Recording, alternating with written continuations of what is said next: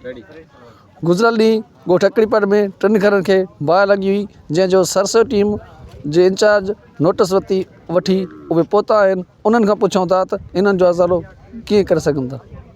अदा असल में बुनियादी तौर ते नुक़सान त ज़ाहिर आहे कैजुअलिटीज़ भी थियूं, उन जानी नुक़सान भी थियो आहे। हिकिड़े मासूम जान वई आहे हिन हादसे में, ऐं उनजे लाइ असीं अफ़सोस करे सघूं था। उन खां अलावा माली सहायता जी जंहिं हद ताईं असांजे मुख़्तलिफ़ क़िस्म जा आहिनि।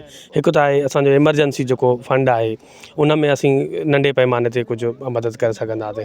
बाक़ी बि असांजो प्रोजेक्ट आहे हिते हलनि थियो त उन में असां वटि मुख़्तलिफ़ क़िस्म जी ॿियूं सहायताऊं बि हूंदियूं आहिनि, त उन में बि असीं कोशिशि कंदासीं, पर उहा असांजो फ़ौरन न हूंदियूं आहिनि, एमरजेंसी वारे बेसिस ते न हूंदियूं आहिनि। जंहिं मिसाल ॻाल्हि घरनि जी स्कीम आहे या ॿियो असां वटि नंढा वॾा कर्ज़ा हूंदा आहिनि जेके बग़ैर व्याज जे हूंदा आहिनि, त असीं हुननि खे रिहेबिलिटेट थियण में सपोर्ट कंदासीं। उन खां अलावा असांजो जेको एमरजेंसी वारो आहे उहो असीं हिन महिल फैक्ट शीट ठाहियूं पिया ऐं नुक़सान जो तख़मीनो लॻायूं था त उन में केतिरो थियो आहे, कहिड़ी कहिड़ी शयूं आहिनि। उहो फर्दर असांजो इहो डिसीशन मैनेजमेंट कंदी, उहो ॿुधाईंदी त असीं केतिरी लेवल ते उन्हनि खे सपोर्ट करे सघूं था। उहा असांजी कोशिशि कंदासीं त सपोर्ट जेका आहे उहा इन काइंड ऐं इन कैश हूंदी। इन खां अलावा असीं ॿियनि बि मुखीर हज़रात खे बि अपील कंदासीं, दावत ॾींदासीं त सभु जेका आहिनि वधी चढ़ी करे अचे हिन वाक़े में अची करे पंहिंजो कंट्रीब्यूशन ॾियनि, जेको सपोर्ट करणु चाहे थो। या इवन असां पंहिंजे दोस्तनि जे सर्किल में बि हिन मैसेज खे फॉरवर्ड कंदासीं त हिननि ग़रीबनि जी वधीक वधि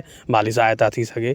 छो त मथां मौसम बि सख़्तु आहे ऐं सर्दियुनि जी मौसम आहे, त जीअं हिन जो घर जो ऐं जेके रोज़मर्रा जी ज़िंदगी जी ज़रूरत जी शयूं आहिनि उहे जेतिरो जल्दी थी सघनि असीं उहे कराए सघूं।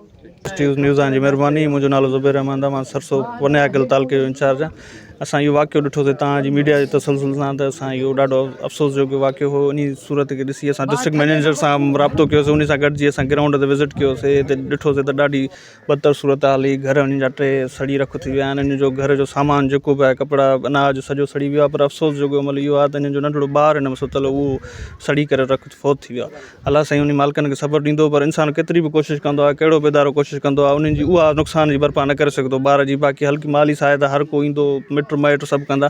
असां बि पंहिंजी कोशिशि पूरी कंदासीं इदारे सां राब्तो करे, त इन्हनि जी जेका बि थी सघंदो असां हिन जी मदद कंदासीं। टीम सां गॾु मीर सनमगी, कोशिश डिजिटल न्यूज़, ठिकराठा।